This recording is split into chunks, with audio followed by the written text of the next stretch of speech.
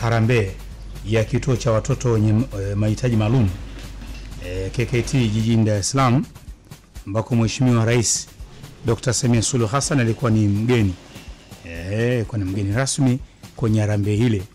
Na nimeona katika mambo ya kujitolea katika taasisi za dini wanapoona uhitaji wa kuweza kuwashika watoto, na tumekuwa kama jamii kuweza kuwasaidia watoto wenye mahitaji maalum.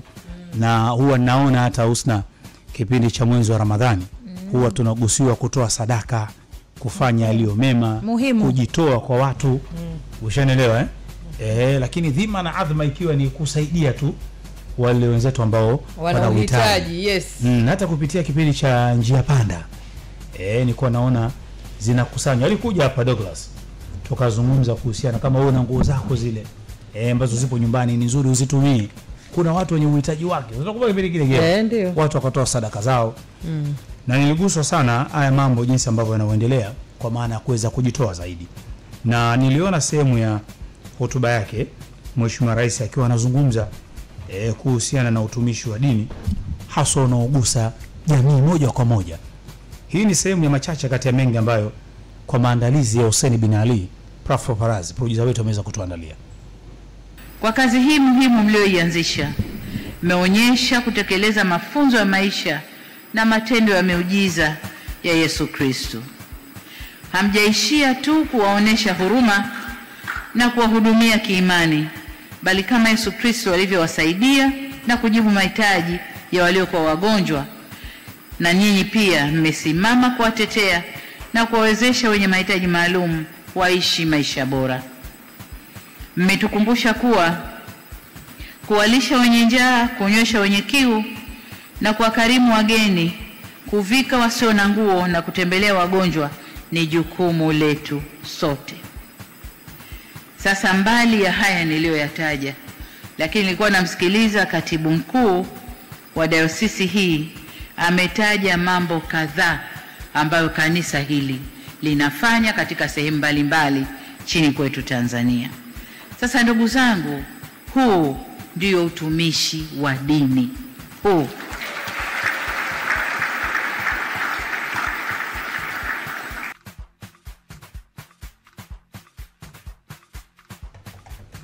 Mmesikia sehemu ya ufupi wa hotuba ya Mheshimiwa Rais.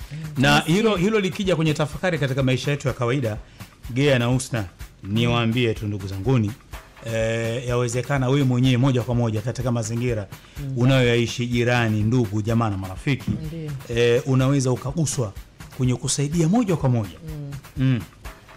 Gea kama unapojitoa kwenye upande wa heka unakuja na kina mama Shibai wenye uhitaji na kuomba michango wa Tanzania waweza kuwasaidia. Kama mara mwisho ilikuja na yule mama ambaye alijifungua mtoto njiti. Ukaja wakatoa heka hapa, watu wakatoa sadaka. Mama Mira. Na anaendeleaje mtoto? Na jambo anaanza kukomaa zaidi. Ameshatoka hospitali muda. Unaona. Kwa kilo zinaongezeka. Tayari ananyonya mwenyewe. Inshallah. Zile ndio yale ndio matendo mema. Ni kweli kabisa. Yale ndio matendo ya kutoa sadaka katika jamii, kwa sababu wewe usingeweza kumchukua Mama Mira kumleta hapa redioni. Tusingejua wala tusingejua hadithi ya Mama Mira kwa jinsi ilivyo. Kabisa. Lakini hata katika mwezi wa Ramadhani Husna unapokuja na michango ile ya kuchangia madrasa. Kama tulivyokuwa pale Kigogo roundabout kwa mbele pale. Usinikumbushe. Tulisimamia Kigogo Mbagala. Unaona Kawe. Ushaelewa kuweza kulileta katika jamii na watu wakachanga kidogo kidogo, kwa sababu ungekaa kimya lisingefika katika ukubwa huo, wala lisingeweza kufanyika katika maeneo tajwa ambayo umeweza kuyataja. Kwa hiyo kupitia hotuba hii ya Mheshimiwa Rais inatukumbusha pia, na ndio maana hata yeye mwenyewe aliguswa moja kwa moja kwenda kushiriki kwenye harambee. Alijua kabisa hii inayofanya ni ibada, ni sadaka kwa watu ambao wenye uhitaji. Maana kuna mtu mmoja ananitumia message, amejua sana unapozungumza, yani ni kama vile ulishawahi kuwa mtumishi katika nyumba za ibada. Namwambia kwamba haya mambo yanafanyika Husna kwa ajili ya tuache alama katika mgongo wa dunia. Muhimu. Sio wewe tu kila siku mambo yako ya dunia tu. Mambo yako ya dunia tu. Kwenye kutoa vitu ambavyo vinakuwa vinagusa moja kwa moja, sio kweli. Lakini lingine Husna, Ijumaa leo ikiwa katika ingia toka, nimeona rais wa zamani wa Zambia Mheshimiwa Edgar Lungu ambaye amefariki dunia jana wakati akiendelea na matibabu katika hospitali ya Pretoria kule nchini Afrika Kusini. Sio kama mmeona hivi. Ambaye niona familia yake imethibitisha, lakini hajatajwa ugonjwa ambao umepelekea kifo chake. Na niliona mtoto wake ambaye pia ni mbunge wa bunge la Zambia, Tasila Lungu, ambaye amesema amethibitisha kuhusiana na tukio la babake ambaye amefariki akiwa na umri wa miaka 68. Na ninakumbuka pia alishawahi kufika hapa. Miaka 68 au 98? Miaka 68.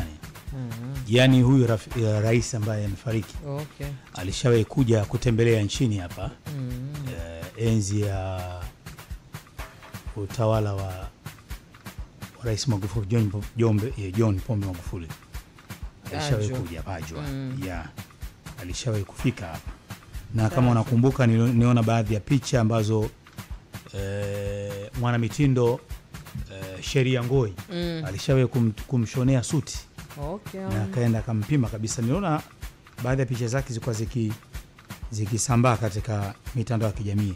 Kwa hiyo tunatoa pole sana kwa taifa la Zambia kwa kuondokewa na alikuwa rais mstaafu wa taifa hilo. Sawa, tukiwa bado Ijumaa kwenye ingia toka Husna, jana kuna video clip ambayo ilikuwa kionyesha helikopta ikiwa inanyanyuka na kuondoka. Na katika mitandao ya kijamii wakawa wanasema kwamba eti hili imetokea mkoani Kagera. Na ikionyesha kwamba eti mzazi kaenda yule si alikuwa anaongea nani alochukua video ndio alikuwa anasema maneno hayo. Unaona kwamba helikopta imekwenda tena, wakati anaeleza yeye ni kwamba imeshamchukua mwanafunzi. Sasa anaondoka. Sasa najiuliza mwanafunzi ukamaliza nini, form 4 form 6 make tayari au ndo kwanza kidato cha kwanza, kamaliza mitihani tu mwezi wa 6 anaenda likizo. Yani hivyo nasari sekondari, yani hivyo maswali yalikuwa ni mengi. Lakini kweli tumeiona video na nasema mmeiona hiyo, anaondoka huyo na shule imetaja shule gani ile? Kaizirege. Nimeiona ile helicopter kwamba baba sasa umempata mwanafunzi au baba amepatikana mwalimu wa shule mwalimu mkuu wa shule ambaye amezungumza na Hussein bin Ali kuhusiana na helikopta hiyo, kwamba je, ni kweli inahusishwa kwamba mzazi alikuja kumchukua mtoto na kuondoka naye? Ndio. Hii ni sehemu ya ufafanuzi wake. Sio kweli. Kwanza hapo sio shuleni Kaizirege, hapo ni uwanja wa Faisha Mwanza. Na sisi shule ziko Bukoba Manispaa. Na sisi wanafunzi wetu wanasafirishwa kwa mabasi, kwa hiyo wale walikuwa wamesafirishwa kwa mabasi. Kwa hiyo wakati wamefika pale na hiyo helikopta ikawa inaondoka. Kwa hiyo haina uhusiano wowote na shule za Kaizirege wala Kemebozi. Wala hakuna mwanafunzi wa shule yako ambaye? Hapana, hayupo. Hata sisi hatujui ile helikopta ni ya nani na ilikuwa kwenye shughuli gani, lakini ilikuwa kwenye uwanja ambao pia na sisi tulikuwa tunautumia kwa ajili ya kushushia wanafunzi wetu, na ndio huwa tunautumia huu uwanja wa Faisha. Huu uwanja wa Faisha huko Mwanza, jijini Mwanza kabisa pale. Kwa hiyo haikuja shuleni kwenu wala? Hapana, yani hakuna helikopta ambayo ilikuwa Bukoba siku ya jana, na jana magari ya Kaizirege yalikuwa Mwanza. Ndio, ni yule tu aliyetengeneza hiyo clip, unaona kwamba alirekodi tu yeye akaamua kuhusianisha tu na shule. Lakini hii taarifa haina uhusiano wote na shule zetu. Asante. Unaitwa nani mkuu? Kisha Iramulira. Ambaye ni nani shuleni? Mkuu wa shule, mimi ni mkuu wa shule. Umesikia? Basi alichukua video. Hata acha lini sifa huyo mtu lakini. Haki ya Mungu. Ndio maana tunakutana dawatini hapa kwenye Zilizokiki. Kuangalia hizo ndizo ama sio. Mimi unajua nilijua kweli. Ndio, hata helicopter imetoka kumchukua mwanafunzi ndio inaondoka. Lakini kwa najiuliza pia hiyo shule itakuwa na uwanja wa kutua ile helicopter, maana ile ikitoa ina kishindo na ikipaa pia ina kishindo. Unajiuliza kama lote. Kweli kutakuwa kuna kibali hicho cha kushuka pale helicopter shule hiyo ipi?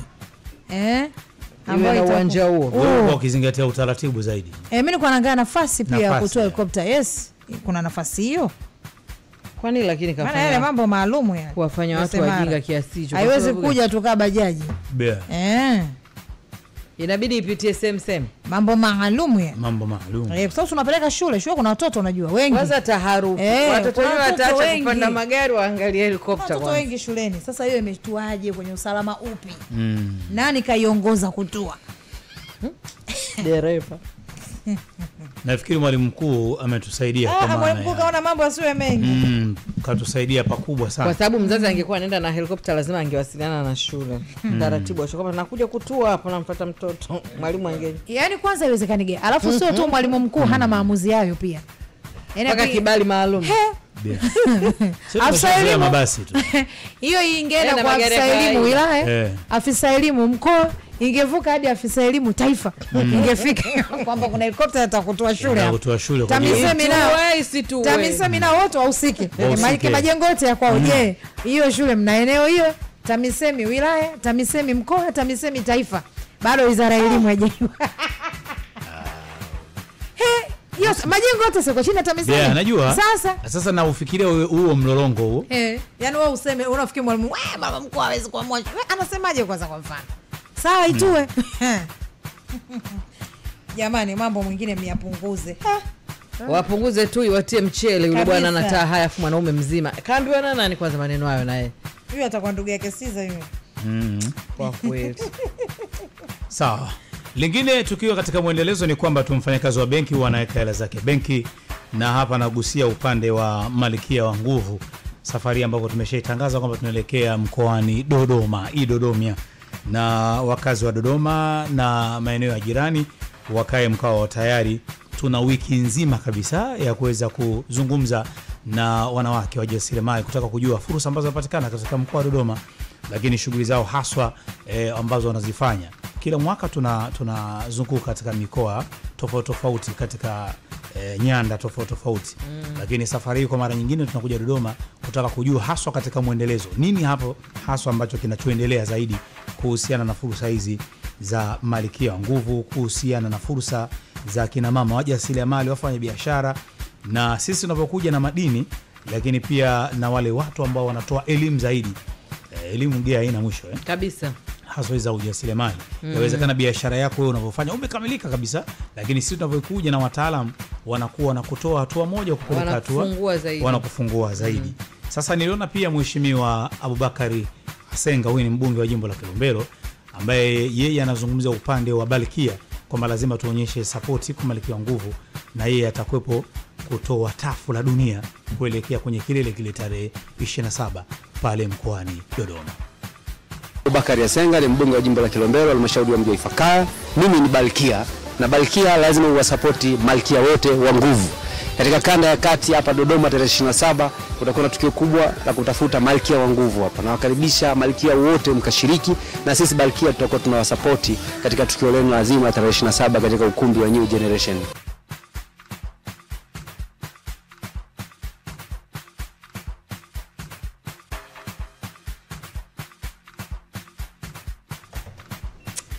Mmemsikia huyo Mheshimiwa mbunge wa Kilombero, Abubakari Asenga. Inshallah. Kila laheri kuelekea kwenye tuzo hizo kufanyika mkoani Dodomia. Sawa. Leo ni tarehe 6 June. Kwa hiyo tuzo za Malkia wa Nguvu za mwenu sasa wakazi wa Dodoma. Mjiandae, lavenda ndo rangi ambayo imependekezwa. Kina Salma Ngwila. Wakina Salma Ngwila shoga yangu vile Joyce Ngerangera. Wakina nani, wakina Ramangozi. Timwana pia kwa Dodoma kumbe. Sawa. Kwa hiyo Malkia wa Nguvu Dodoma inatarajiwa kuwa siku ya Ijumaa tarehe 27 June. New Generation Hall ndio jina la ukumbi ambapo itafanyika hapo. Sawa. Ni kwa mialiko tu. Ukiwa umealikwa basi unakaribishwa na lavenda yako. Msituangushe Dodoma. Umeona Mbeya hakuna Mbeya kuvaa blue. Hamna Mbeya javaa blue. Mbeya hataki mchezo. Walitisha pakubwa sana. Jana usiku tulizungumza kuhusiana na changamoto iliyompata mwanamuziki wa Singeli Pattern. Dogo Pattern ambako tulisema kwamba apumziki kutokana na sauti. Sasa nikaona tena kwenye mitandao ya kijamii watu kumhusisha Dogo Sergeant kwamba pengine labda alifanya miundombinu ya tamaduni kwa sababu mwenzie huyu kuonekana sasa hivi yuko juu na anafanya show nyingi sana. Dogo Sergeant ni nani? Na yeye ni mwanamuziki wa Singeli ambao sasa hivi watu wanahusisha kama watu ambao kwenye ushindani hivi. Kwa hiyo anasema kwamba kule kukauka kwa sauti kwa Dogo Pattern, Dogo Sergeant amehusika kwenye kufanya miundombinu ya tamaduni. Yaani ni mwendo wa madogo. Mambo yanatarajia sasa iko bako. Jamani. Ushaelewa Na nafikiri na ile imemfikia na ndio maana kwenye ukurasa wake ameweza kuandika na watu wameizungusha sana hii. Ni nukuu tu kwa sehemu ndogo. Anasema, habari ndugu zangu wa Tanzania, leo ningependa kuongelea hili swala la watu kunihusisha na uchochezi wa vitu vibaya kati yangu mimi na Pattern. Huyu ni mwanangu sana, familia yangu. Na sipendi watu wanavyozidi kunihusisha mimi na mambo ya kishirikina. Nimeona klipu ikisambaa kuwa kashindwa kuimba, huenda ni wingi wa kazi ndio maana inatokea hivyo. Sisi sote ni watoto wa kimaskini, tunatafuta riziki, Mungu kaamua kutufungulia kwa upande wake. Na mimi Mungu atabariki, napata riziki, sina ugomvi naye. Huyu ni ndugu yangu na wala mlionihusisha kuwa nimemkausha sauti. Hivi ni vitu ambavyo sivipendi na vinaumiza sana. Ningependa tu niwaombe ndugu zangu, tusapotiane muziki mzuri, tusapoti yani watu wote. Asanteni. Sherehe Osna. Yana kama amezungumza hivi basi hao waliohamisha imani wao ndo wana imani mbaya. Hao waliohamisha imani. Mpaka jana nilimsikia pia kwenye XXL. Huyo kijana? Alikuwa anazungumza kwa masikitiko makubwa sana. Lazima asikitike wewe mchezo. Pombe kumkamsha mtu sauti sio masiara. Lazima asikitike mtoto wa watu. Acheni mambo yenu. Watu waache mambo. Alichoka. Alichoka tu bwana. Tunasema alikuwa ameimba, kuna mtu asali muona anaimbishwa kwenye mwenge. Sasa bwana Hussein yani hapumziki. Kwa sababu kwa sasa ndio wakati wake, wimbo huo kila sehemu unatakiwa. Kwa hiyo ameimba sana, hajapumzika. Sauti lazima ipotee. Sasa sauti lazima ipotee. Sasa kwa kifupi tu bwana Hussein alizungumza na Dr. Derrick ambaye ameeleza namna ya kuweza kuilinda sauti kwa upande wa wanamuziki, wasanii, na tena hiyo angeisikiliza kwa umakini sana kwa maana jinsi ya kuweza kuitunza sauti. Unaitunzaje sauti? Hii ni sehemu ya ufanuzi. Ni mfumo sahihi wa kuweza kufundishwa. Watu wanafundishwa kwa kuhakikisha kwamba sauti inatoka ikiwa nzito na iliyoshiba. Kwa mara nyingi ukiimba bila kutumia hizo technique utajikuta kwamba sauti yako inaweza ikapotea. Lakini kuna kitu kingine pia kinachotokana na matumizi pia. Waimbaji wengi, nadhani mshasikia story kwamba kuna baadhi ya waimbaji wengi wamewahi kupata saratani ya koo. Kwa nini? Kwa sababu waimbaji wengi wazuri, hasa wanaimba sauti za juu, hasa wanaimba pia live, huwa wanasababisha mbabuko, kitaalamu tunaita irritation ya koo au hizo vocal cords. Kwa mara nyingi huwa kuna kuwepo na mabadiliko ya chembe hai au seli zilizoko kwenye eneo ambalo linazalisha sauti zetu. Hiyo inaweza kupelekea kuvimba au kutengeneza tunaita nodule, tukana na vivimbe vidogo vidogo kwenye eneo linalozalisha sauti. Kwa pia inaweza kusababisha sauti kupotea. Hiyo ilikuwa ni hoja ya kwanza ambayo ni ya matumizi yaliyopitiliza au yasiyokuwa ya sahihi ya nyuzi za sauti au zinaitwa vocal cord. Ya pili, sasa sababu ya pili nasema ni medical condition. Unaweza kukuta tayari mwimbaji alikuwa anaumwa bila kujua. Kwa mfano sasa hivi kuna labda mtu anaweza kuwa na mafua makali au akapata mbabuko kwenye koo, akawa anasikia kama kuna irritation, kuna kitu kinatekenya kwenye koo, yeye akaona ni kawaida. Kwa jambo hili pia linakwenda kusababisha sauti kupotea. Lakini pia wapo wale ambao wana matatizo ya asidi au vidonda vya tumbo. Ni mwimbaji lakini mara kwa mara anacheua asidi. Hiyo inasababisha sauti kupotea. Sasa nini kinachoweza kufanyika? Na la mwisho pia niongezee tu bila kusahau, ndio maana utaona waimbaji wengi wakubwa huwa hawanywi pombe au kuvuta sigara. Kwa sababu lifestyle yao ya kuvuta sigara pia inaweza kusababisha sauti kupotea, kubadilika baada ya muda. Sasa nini kifanyike? Kwa tunasema cha kwanza lazima muimbaji awe anaweza kufanya proper warm up. Kama hivyo tu watu wanakwenda gym. Muimbaji akijua kwamba ana tamasha wanakwenda kuimba, lazima afanye mazoezi. Na kabla ya mazoezi mnaonaga mchana tukienda kwa matamasha ya Fiesta tunasema jamani, unajua sound check na nini? Hiyo ni sehemu pia ya warm up. Kama mazoezi ya kabla ya tamasha. Ukifanya hivyo inakusaidia sana kuepuka na kupotea sauti. Lakini pili, ni lazima kama mwimbaji amekuwa na matamasha mengi apate nafasi ya kupumzika, asiunganishe matamasha. Ufafanuzi huo ufafanuzi ambao pia baadaye kwenye kipindi cha XXL, kwa sababu nao pia lilizungumzwa sana kule. Dr. atasikika kwenye muendelezo zaidi. Huyo ni Dr. Derek. Dr. Derek. Asante sana Dr. Tanzanite Hospital. Mwanza kule. Mwanza.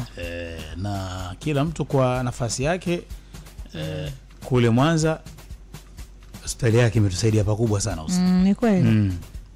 Afu ya sauti hadi sisi watangazaji natusu gani? Sana. Natusu. Ambao wanakuwa wanatumia sauti jambo linatusu. Kuweza kutunza. Ndio kitendea kazi chako. Maana ndio miundombinu. Ndio. Jose Mara wanakuonaga mjinga wanavyolalaga kutwa nzima. Shughuli. Unapoza. Kuanzia saa 8 Jose Mara huwa hapatikani. Piga simu za dunia. Kwa sasa jibu limepatikana, Jose Mara unalala saa ngapi? Kumbe una mchana. Mchana. Ananitafuta. Lakini sasa Gea wakati ananitafuta mimi nafanya shughuli zangu zingine. Kuna kipindi ananitafuta Gea mambo mengine ya kupambania riziki zingine. Yanaendelea. Mpaka baadaye saa 3 hivi. Saa 4 Jose Mara ndo anakuambia nimeona umenitafuta kwema. Na simu za Gea unazijua. Kwa sababu simu za Gea kama unafanya shughuli lazima usisipokee kwanza. Kwa sababu Gea anaongeaga pakubwa na mambo mengi. Kama Husna ambavyo zamani ulikuwa ukiongeaga. Yaani Husna akiongea na wewe ujiandae. Uache kazi ufanye kazi. Uache kazi ufanye kazi. Lakini baadaye naona Husna akabadilisha utaratibu.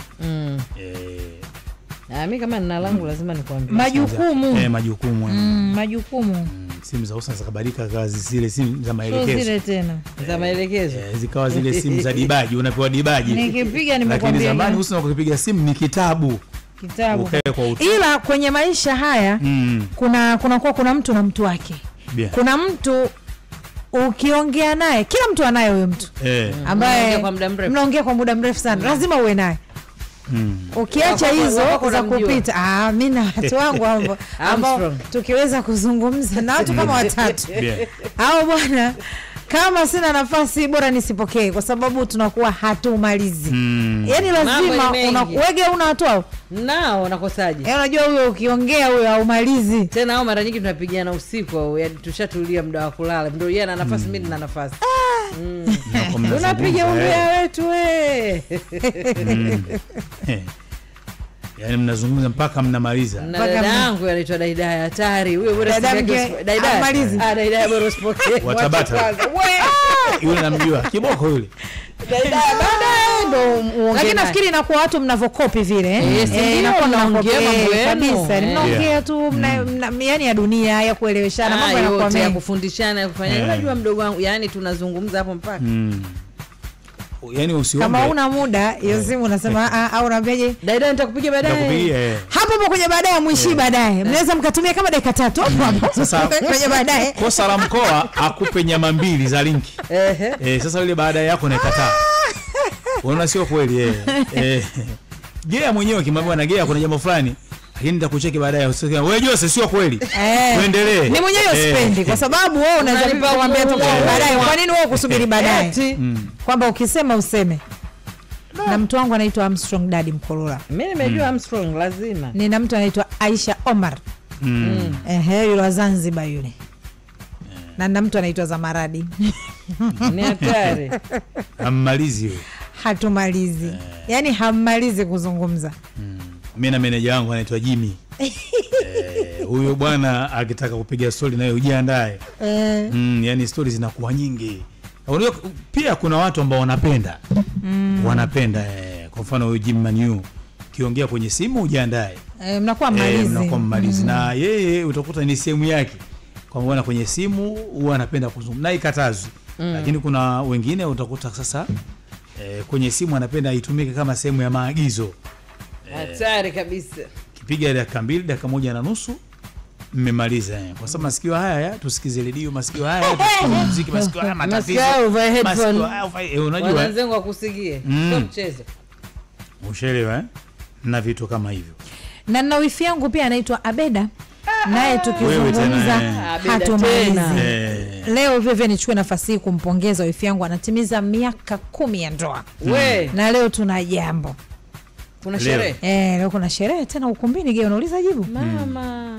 Ila Mr. and Mrs. wanaingia ukumbini leo, miaka 10 ya ndoa. Yaani buza na keko yote leo iko busy. Mama. Kwa ajili hiyo. Watu wako busy. Abeda mtoto wa keko wewe.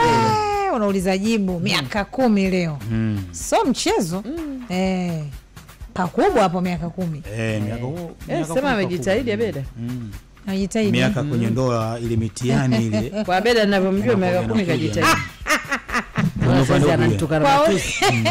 Kwa unavyomjua wewe? Ninavyomjua sasa anatukana huko.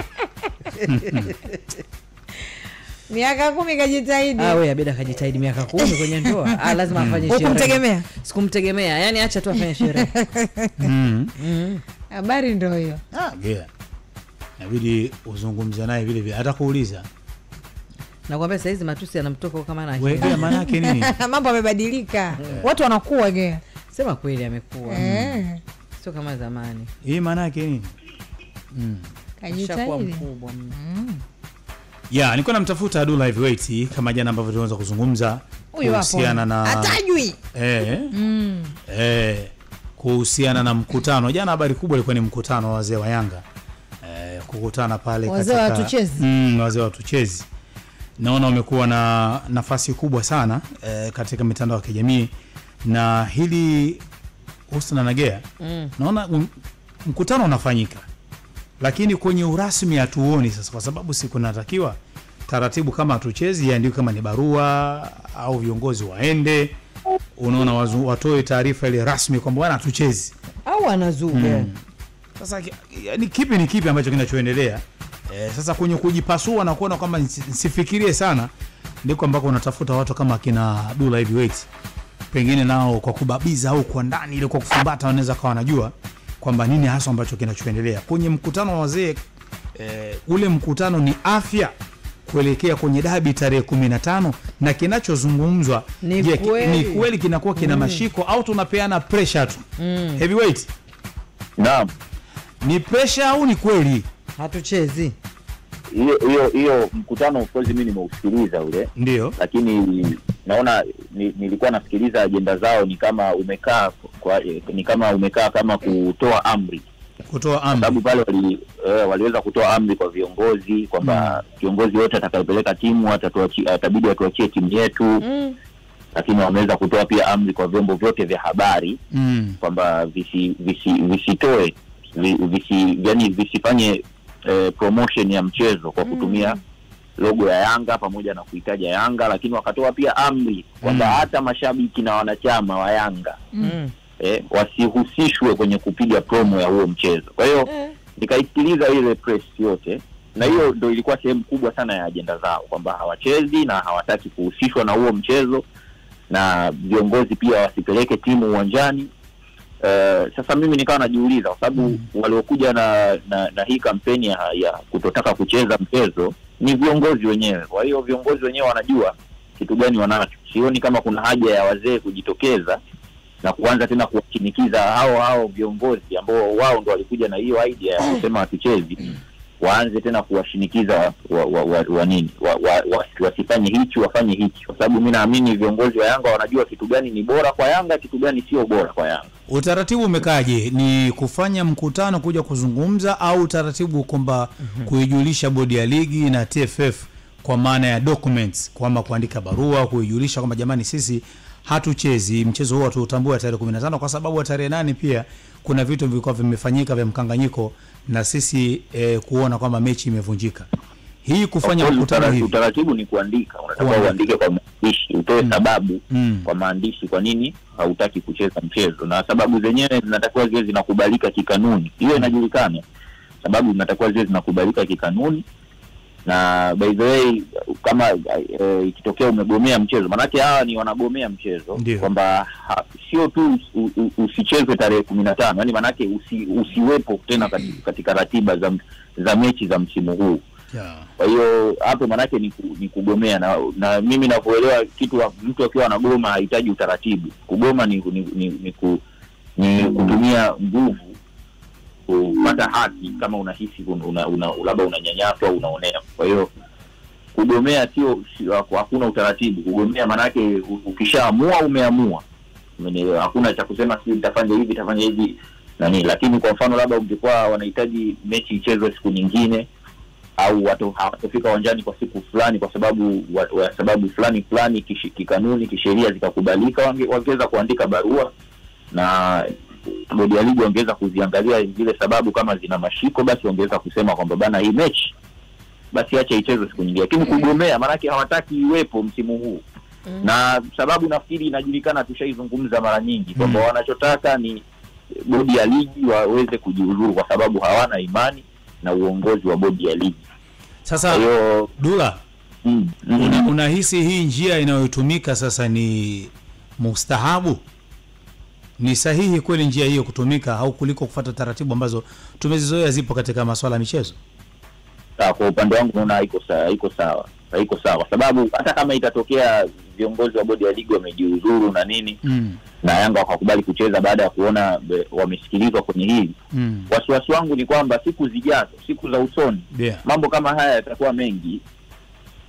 Mambo kama haya yatakuwa mengi. Kwa hiyo itafika kipindi timu yoyote ambayo itaona kwamba haitendewi haki na mamlaka kwa kudhani hivyo, wanaweza wakasema bana mwaka fulani Yanga walishawahi kufanya hivi na hivi na bodi ikaachia ngazi na wakawajibika, kwa hiyo na sisi kama vipi tunaweza tukarudia katika mbinu hiyo.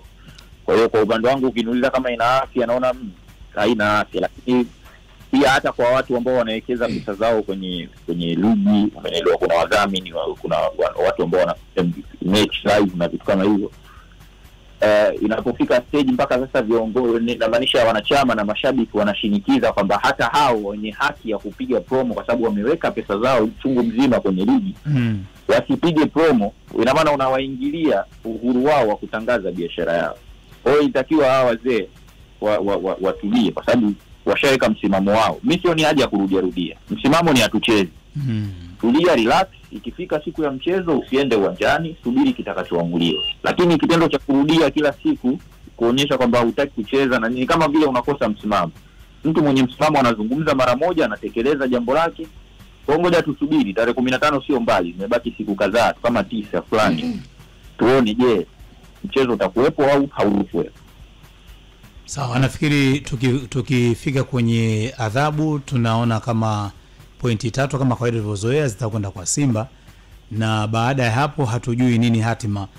Kwa sababu tumesikia kwenye vilinge vya michezo kuhusiana na pointi kukatwa pointi 15. Ndio.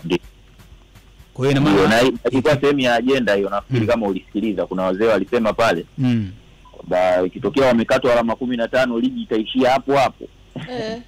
Nafikiri ulisikia ligi itaishia sasa, sijaelewa itaishia hapo kwamba ndo haitochezwa kabisa au Yanga watajitoa, lakini miongoni mwa agenda ni hiyo kwamba ni kama wanaiamrisha bodi ya ligi kwamba wasisubutu kuwapoka alama Yanga kama itatokea. Sasa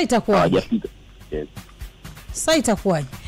Mimi naona kusema hatuchezi na kuendelea kama hivi kufanya vikao na nini ni kuonyesha msisitizo sana labda kwa mashabiki pia, kwa sababu kauli hatuchezi tayari ipo, lakini bado kuna minong'ono vile inaendelea kwamba huenda wanaita nini ile, huenda labda danganya toto wanataka Simba waingie laini wajue wacheze wenzao wanapeleka timu. Huenda nafikiri hiyo kuonyesha msisitizo sasa vikao na nini inafanywa katika kuendelea kuonyesha msisitizo kwa mashabiki na wanachama wao kuweza kuwafahamisha kwamba msimamo wetu ni huu. Mimi nafikiri hiyo ndio sababu kubwa, kwa sababu bado mitaani pamoja na kufanya haya walifanya jana, lakini bado kuna watu hawaamini kama kweli hawatacheza. Sababu hizo zinaendelea kuzungumzwa. Kwa nafikiri wanaendelea kufanya hivyo katika kuonyesha msisitizo. Pengine tukikaa kimya watu wanaweza hajua tunacheza au wananchi wakaenda. Lakini nina jambo moja nataka kufahamu hapo Dula. Kwa mfano kwa vyombo vya habari ambavyo vinatangaza mechi tarehe 15 wanavyosema kwenye kikao kwamba naomba msitangaze, kama ulivyosema ni kuyumbisha, kwa sababu lazima tujue kama vyombo vya habari msimamo tunautoa kwa nani, kwa sababu hatuwezi kutoa kwa vilabu au labda wewe unaambie kama vinasikilizwa kwa vilabu. Yani mfano tunasikiliza Simba, tunasikiliza Yanga, tunasikiliza bodi ya ligi, nani anayetangaza mchezo, na ndio mwongozo tunauchukua kutoka huko. Lakini sasa ikiwa Yanga anatangaza lake anasema stop, Simba naye atakuja lake atakwambia stop. Sasa nani anayeongoza? Vyombo vya habari vinatakiwa vichukue tamko kutoka wapi? vyombo vya habari vinatakiwa kuchukua tamko kutoka kwenye mamlaka ambao ni bodi ya ligi. Kwa hiyo bodi ya ligi inasema mchezo upo tarehe 15. Bodi ya ligi mchezo upo na tarehe 15. Kupitia yule afisa habari Boimanda amesema maandalizi yanaendelea.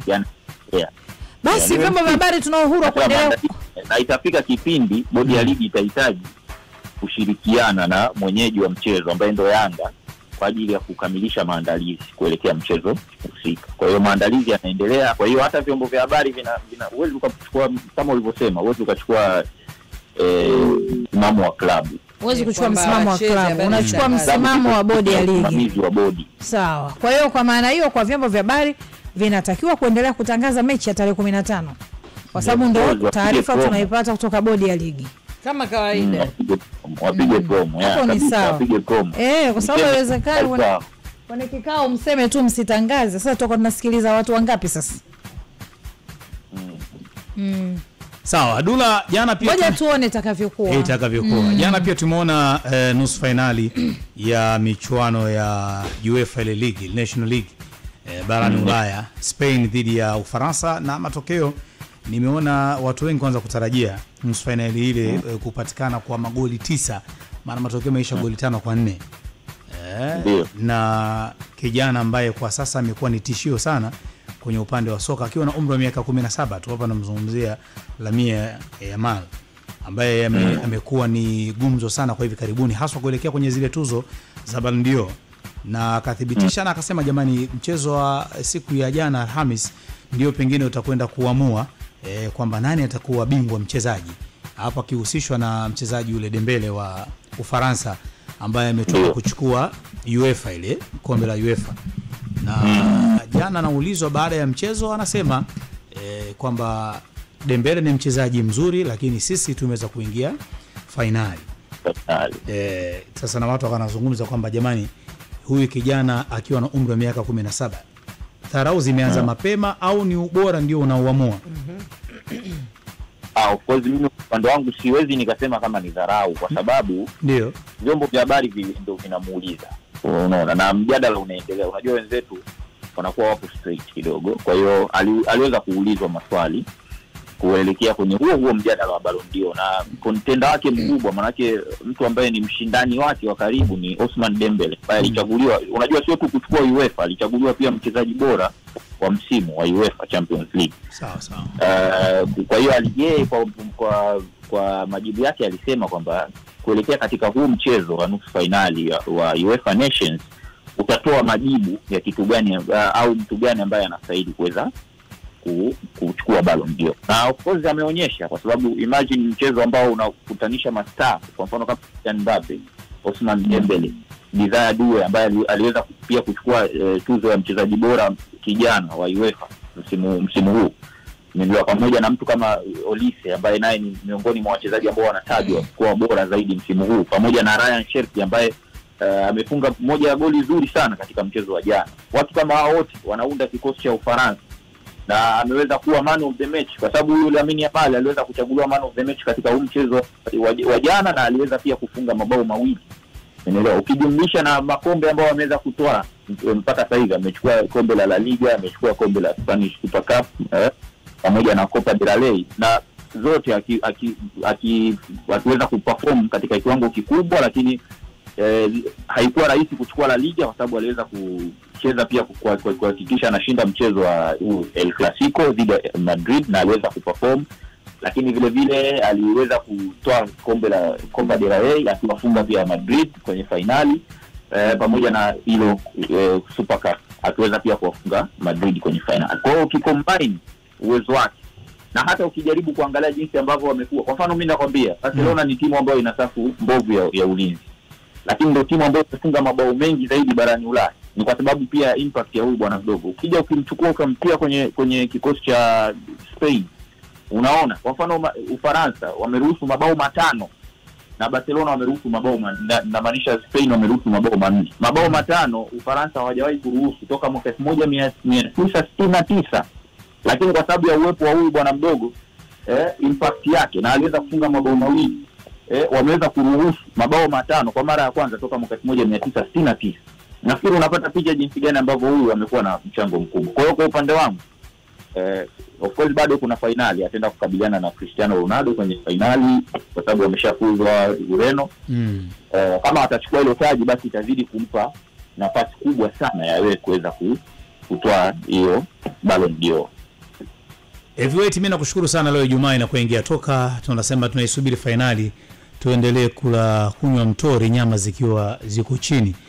Huenda tukaja na majibu sahihi sasa nani ya kwenda kuchukua kombe hili la UEFA Nation League, kwa maana ya kutaka kujua sasa mwelekeo wa Ballon d'Or utakuwaje. Mimi nakushukuru sana kwa siku ya Ijumaa leo. Shukrani sana. Asante sana. Gea usina kama hivyo ambako Ijumaa inakuwa gani ingia toka tunafunga shule. Na washukuru sana wadau wote ambao tunakuepo dawatini kwa wakati huu. Huko YouTube watu walikuwa wametuma messages za kuelezea watu wao ambao wakiongea na simu hawamalizi. Kila mmoja akamuelezea mtu wake hapa. Lakini kwa kuwa ndio hivyo jambo limeshapita hatuwezi kurudia. Kwa sasa hivi stories zilizopo hapa za Yanga hatuchezi. Na za Simba kwamba mtakuja tu. Bora patamu. Sawa. Kila mtu asimamie misimamo yake. Usna na Gea leo anazaliwa dada yetu mdau mkubwa sana wale tena Dines kutokea kule Tandika. Mwanae yake. Lakini pia Philbert Kabago ndugu yetu amezaliwa leo kutokea Mwanza. Kabago mdau wetu mkubwa sana. Ambaye kiukweli tunapokondaga Mwanza basi tuko comfortable na yeye. Kabisa. Tunamshukuru sana Messi kutokea kule nchini Uingereza. Lakini pia Juma Kivuruga kutokea Mwanza, tuko pamoja sana. Gea. Tunaenda chini. Naomba nisaidie kitu kimoja. Pete za ndoa kupotea. Naona sasa hivi imekuwa ni malalamiko mengi sana. Na hivi karibuni katika mitandao ya kijamii nimeona mpaka pete ya ndoa ya mwanamuziki msanii Nandy kulalamikiwa kupotea na ikawa inatafutwa sana. Hadi kaeka tangazo mwenyewe atakeziona pete zake. Zimemwanguka au zimepotea? Yaani zimepotea tu kufafanua zaidi. Na mimi nimekuwa nikikutana baadhi ya watu wengi wakisema kuhusiana na kupotea kwa pete za ndoa. Labda wanavua. Gea, ushakupoteza pete za ndoa? Sijawahi. Usna? Sijawahi kuwa na pete ya ndoa. Na siwezi.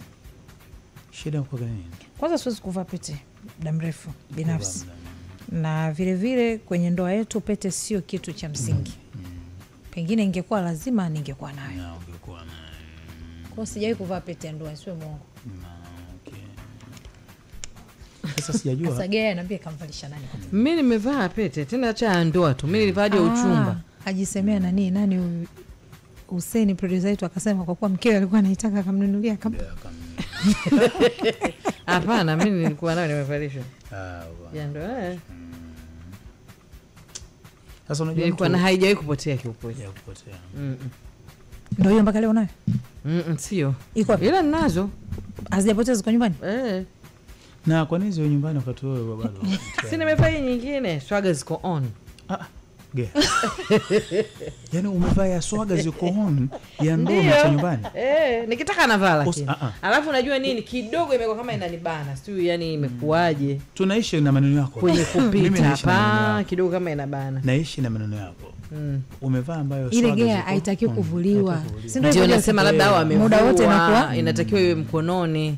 Nitavaa, mmenikumbusha nitavaa kwani kazi. Kwa ndoa ya Kristo ni serious ile pete. Muda wote inatakiwa iwepo kidoleni. Si ndio maana yake? Muda mwingi.